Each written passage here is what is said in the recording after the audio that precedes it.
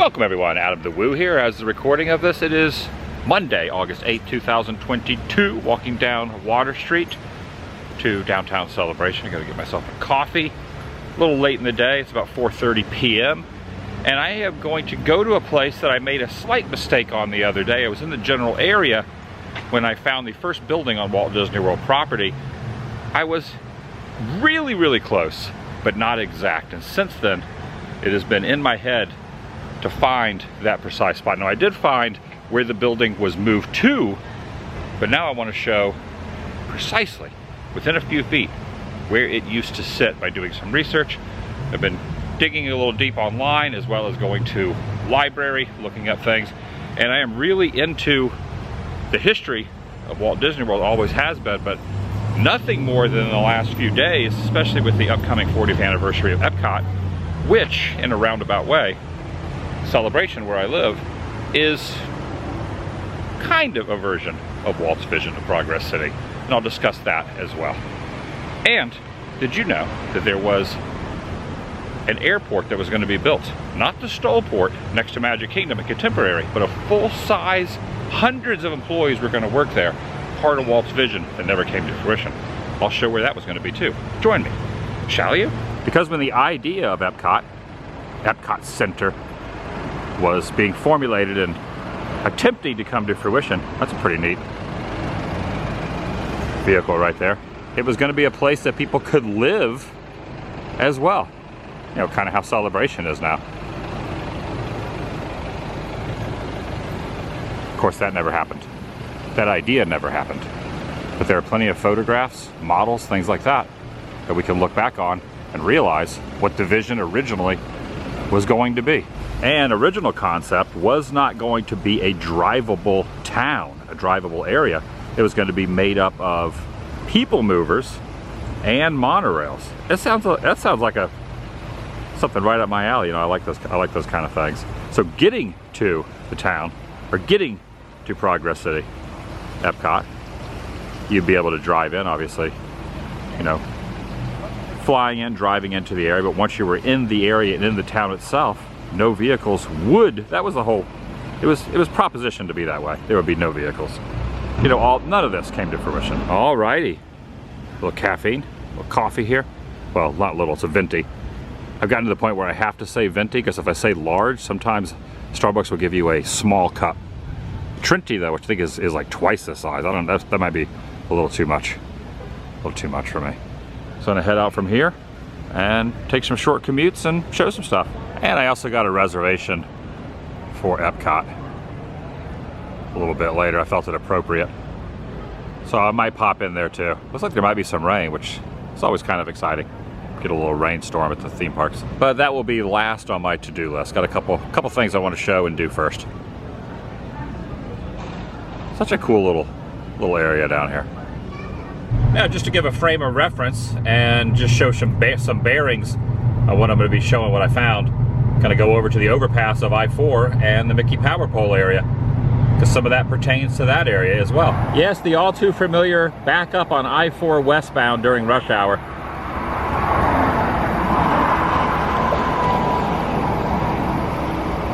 Now I'm going to look back the other direction just to give a little better perspective of what I'm talking about. Okay, looking at the satellite image here, you see Celebration there. I just turned on to World Drive. I-4 is all backed up, that's why it's all red. So you got I-4, which is the backed up road, which I'm going to show momentarily again. And up here is this road here, which is Highway 192, Earlo Bronson, which is also State Road 530. They don't call it that anymore. Back in the day, it was more prominently known as 530. And notice how it kind of goes straight, and then it turns. It does that kind of upward turn right there in the center of the screen. So notice how there's this big plot of land between World Drive, this little triangle right over here between Celebration and 530, that is completely undeveloped at this time. Right there. When they were making the plans for Disney World, the company kind of drew up this little artistic rendering of where things were going to be. Now notice what I just said. There's that little kind of triangle area of I-4 and Highway 192, Earlo Bronson, State Road 530. And notice what it says right there. Jetport. Now if you look over here on the side, it said that there was going to be over 400 employees that were going to work there. So basically, the overpass that I'm on is going right over the jetport, you know, give or take. And there's that one road that goes straight and then kind of does that little uptick. That's the road. This is the spot. Well, kind of. And while I'm showing stuff, I should show this. This was like the very, very first rendition of where everything was going to be.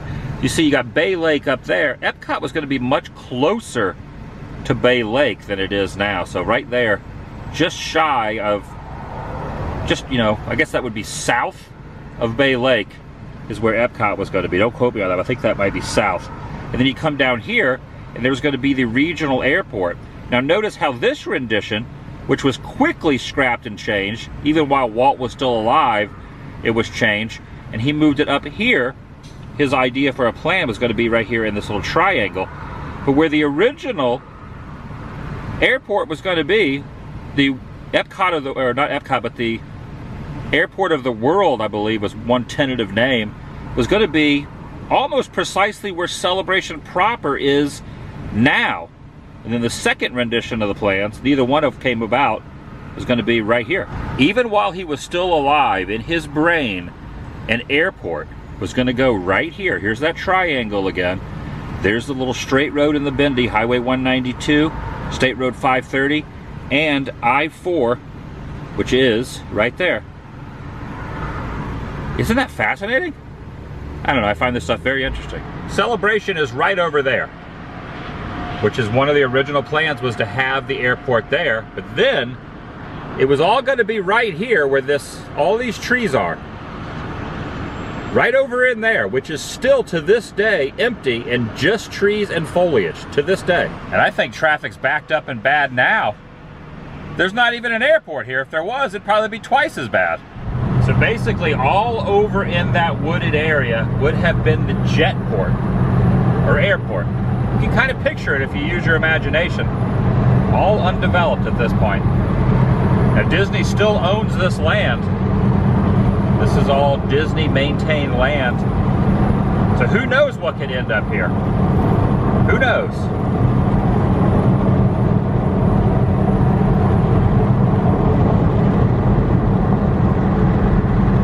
No airport. In fact, this area is now a no-fly zone.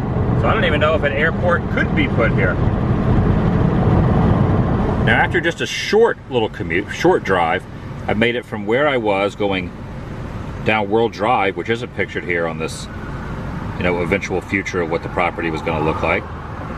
But I am up here now at Highway 192, which is that red road, the little bendy road again.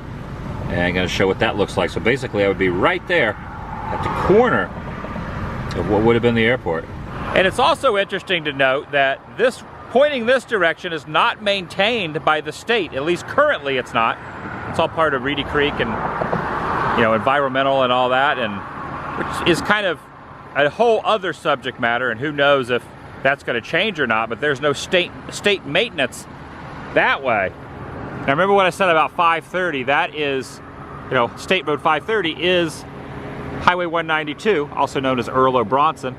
Here we got, you know, Epcot's that way, Magic Kingdom, Disney Springs. Now this says beginning state maintenance, Department of Transportation, because if you veer off this, which I'm going to, if you continue this way, Disney takes care of all this, but the state, as of now, as of the recording of this, once I get onto 192, down this little off-ramp, it goes back into state maintenance. It's very confusing, I know, but, and it's kind of, it's still something that may change over time. It's still kind of a heated thing at the moment. But right in here would have been the end, the farthest threshold of the jetport. Full-size airport. Again, not the Stollport. There's just a one-lane runway, takeoff runway.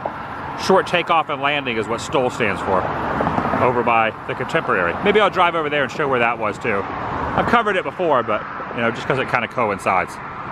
So yeah, this is all just trees now. Well, it still is. Okay, now going eastbound on Highway 192, that's State Road. All of this would have been how expansive that property would have been. Travelers coming in, commuters, flying in, landing, taking off, going down the different multiple runways. And I'm gonna go to the far end and show it on that graph again, just to give an area. But I have passed this so many times and never realized the history of what would have been here. Again, I am the blue dot at the top of the kind of pyramid there, pyramid-shaped empty land, which would have been the farthest end, eastbound, where it would have taken place. Based on the original plans, Progress City mixed with Epcot, Epcot Center, and an full-size airport. Original plans. Right up here in this top corner, where I-4 and Highway 192 meet. Right there. You have to wonder if Walt would have lived longer than he did. What would have really transpired? What would have taken place? What would have been scrapped? I mean, I'm sure not everything would have happened, but I think more than what sits here now. Possibly even this. Across the way there is the ESPN Wide World of Sports complex. All this owned by Disney. It's still Disney. Disney owns it. There's a billboard up there, interestingly enough, for Epcot. Now there's one for Magic Kingdom. It's kind of switching around there. Celebrating the 50th anniversary on the billboard as well. And take a look at this, just to really document exactly where I am. So corner of 192 and I-4, which is where that triangle, I'm just calling it a triangle, just to kind of explain it a little bit better, or where it would have been. And like, you have to use your imagination. There's nothing to see. Nothing to see here, folks. But I'm into history and kind of, diving deep on stuff. I think this is pretty cool. This is pretty dang cool. What could have been?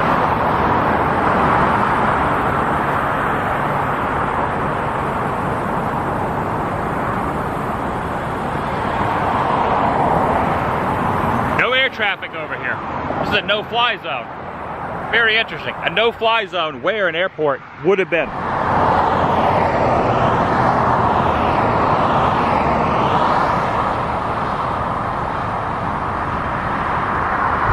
Traffic's pretty thick through here too. Heading over to Hope Thrift to see what kind of pins, like Disney pins, I can find. And then continuing the subject matter. Pulling off a 192, got another Epcot billboard right up there. Their thrift store is great. It's expansive, they have all kind of stuff. But they have good deals on Disney pins, where sometimes you can get some pins you might not necessarily want and then use them to trade in the park. Also, this rock church used to be the American Gladiators dinner show. Way back in the day.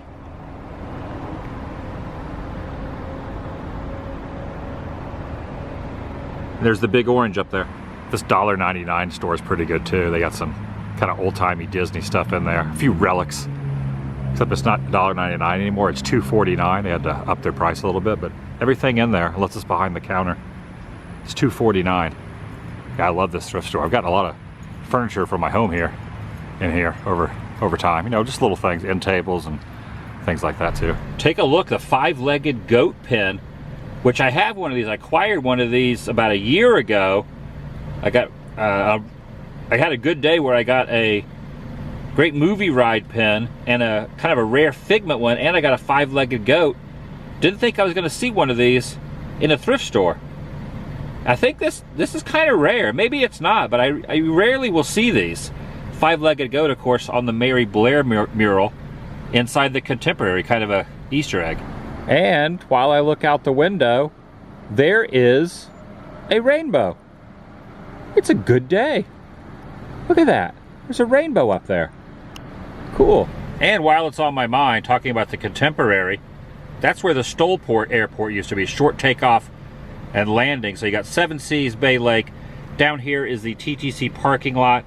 And notice this little area over here, which I think is used for rideshare pickup, Uber, and Lyft waiting area, and maybe some storage. That's where the other airport, just not to be confused with the full-size one that I was talking about. So there is another one, which there are some remnants of. I don't think I'm going to go over there today. I've covered that before, but I just wanted to kind of mention that because it does tie in to what I'm talking about. See, it's right there. You can still see the landing strip. File this one under update to something I covered just 2 days ago. Now I did find where the house was moved to. I found the current location. This is also the Preview Center, which was the first public building built on property, Walt Disney World, back in the late 60s. But around the same time, there was a non-public building where the gentleman who was the caretaker and watched over the premises while the park was slowly coming to fruition. Now I found a couple articles, one of which stated that it was north, the home, and an interesting, also another airstrip, which is since gone.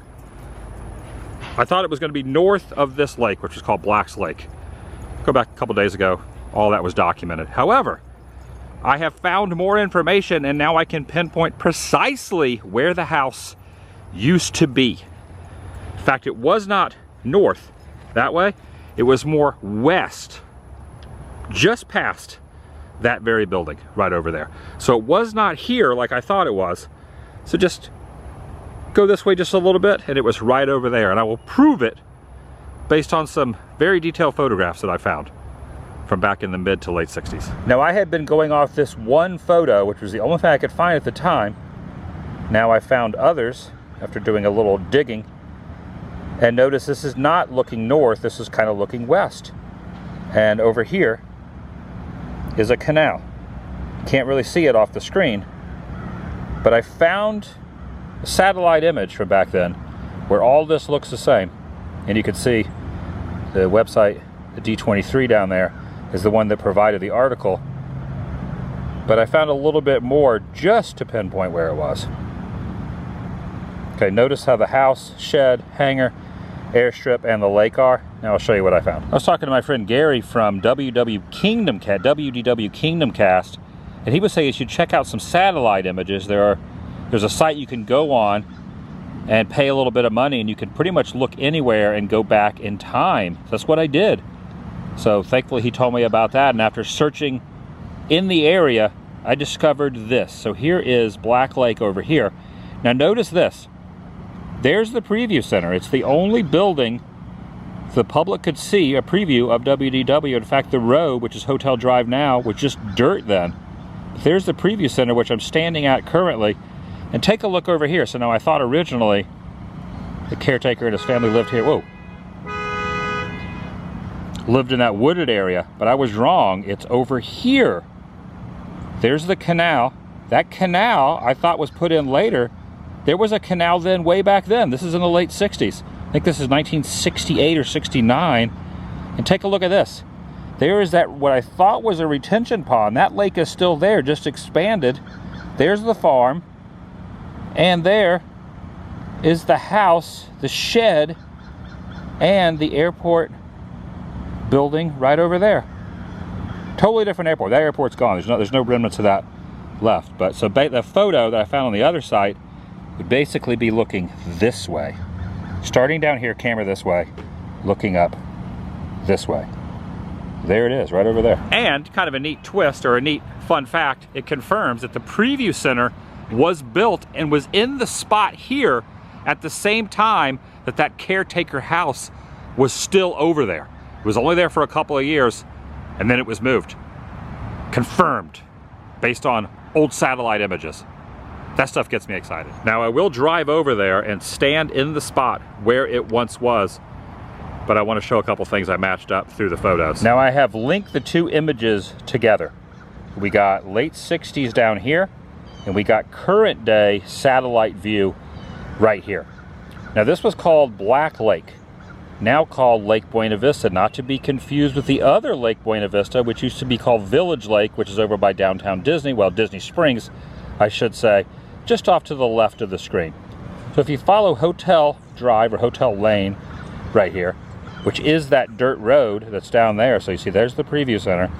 Preview Center is still here on the satellite image, current day. It's pretty much exactly across. So if you look at former Black Lake, now called Lake Buena Vista, that is where that retention pond, which could be seen in the old photos, was.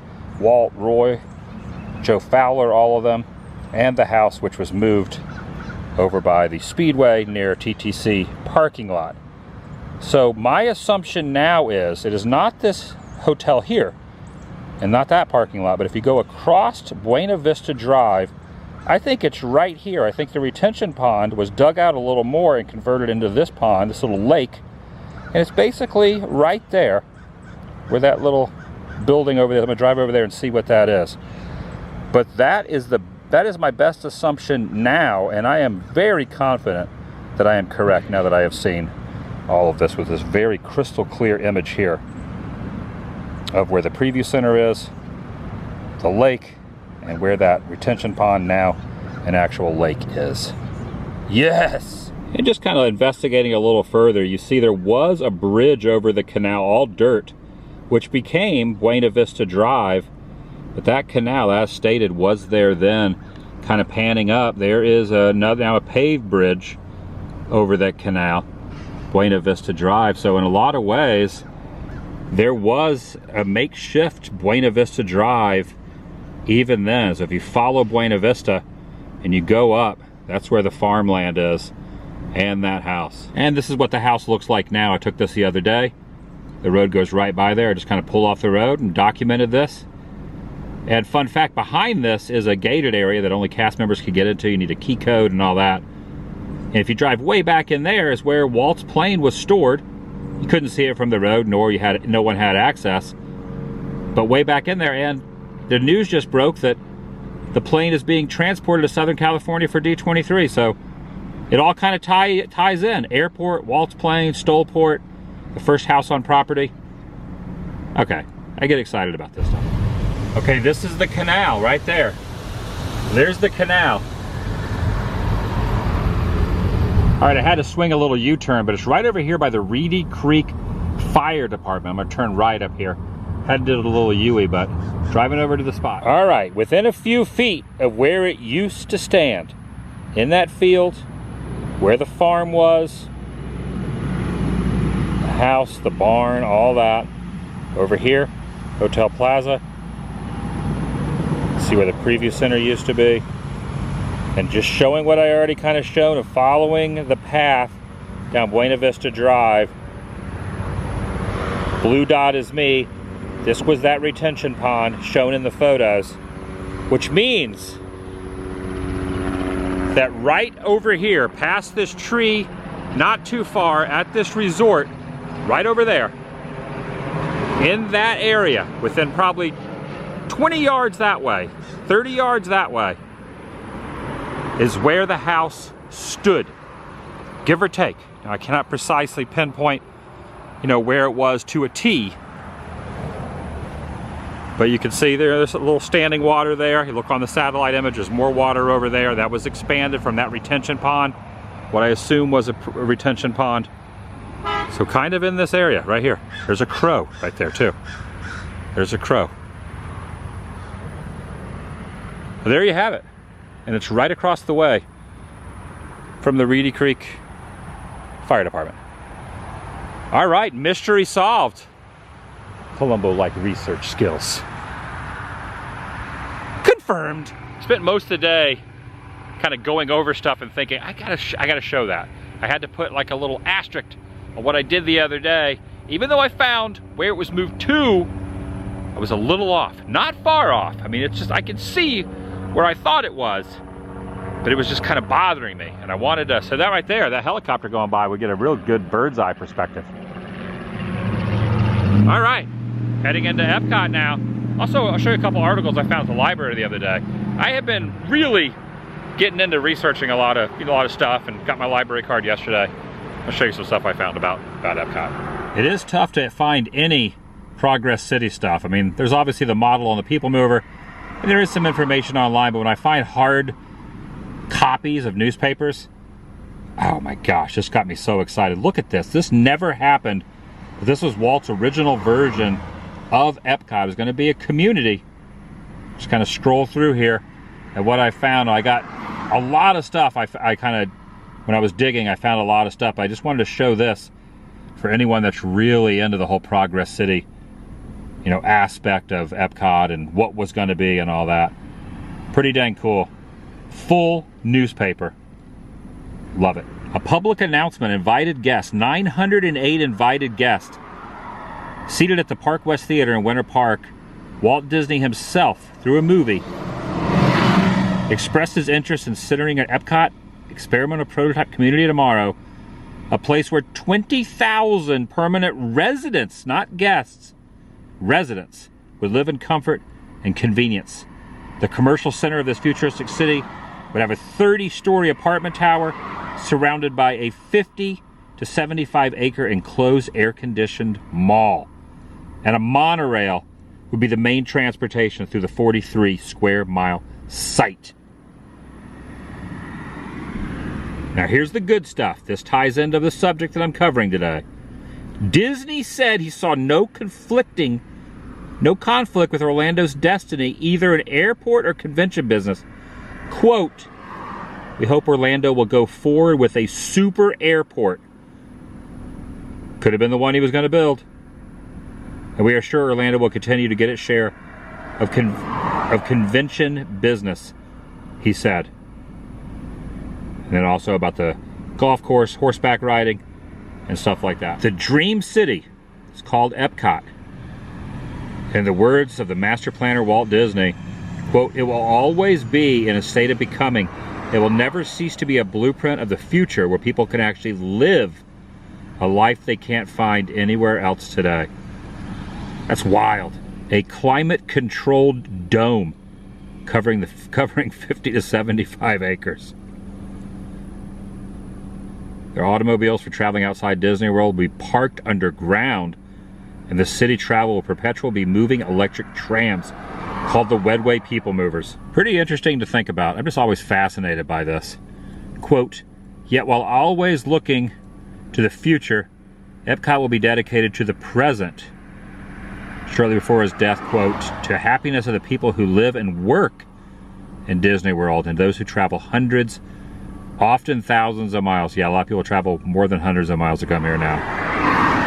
People Mover will operate within the city of Epcot, shuttling residents along the spokes of a wheel. You know, all the theme parks have the spokes of the wheel, just like the hub at Magic Kingdom. Just like a genius idea. Around the edge of the enclosed city will be apartment buildings, homes of the city dwellers. The windows will overlook a broad green belt surrounding the cities. I could just read this stuff all day long. Now, because it's 7 p.m., well, 6:56 p.m. and the park closes at 9, 3 hours prior, they do not charge for parking, even though I am an annual pass holder. I don't have to pay to park. But the cast members have already gone home for the day here at the parking area. So I should just stop here. Yep, right there on the side of the window, it says, "Please proceed to your destination." 3 hours before at all the parks. You can just go park on your own. You don't have to pay. And just getting a monorail pulling away from the station over there. I parked here pretty close to the park. Arriving a little later, you can just kind of have your choice of a spot. I'm not going to take my camera in. I'm just going to enjoy the evening without the camera. But I will show the pins that I trade once I depart a little bit later. So we'll put my camera back in the car and just enjoy the evening as the sun sets off in the distance. See you later, monorail. Yeah, I do some pin trading in there too. I'm gonna take my 10 or 15 pins and see what I can trade off, and then just enjoy the evening without the camera. Had a pretty good evening. Got a bite to eat, did a little pin trading, rode Journey to Imagination, saw Figment, walked around World Showcase. It was nice. I'll see you in the next video. The vlog is over. And out of the little baggie, the ones I chose to take in to trade, this is what I got in return for. A couple Mickeys, a couple WDW banners, WDW, an Autopia pin, and I think that's the fish blowing like a little saxophone thing from Little Mermaid. And from my car window, as I'm about to pull out, I am just looking at the firework display. Pretty dang awesome.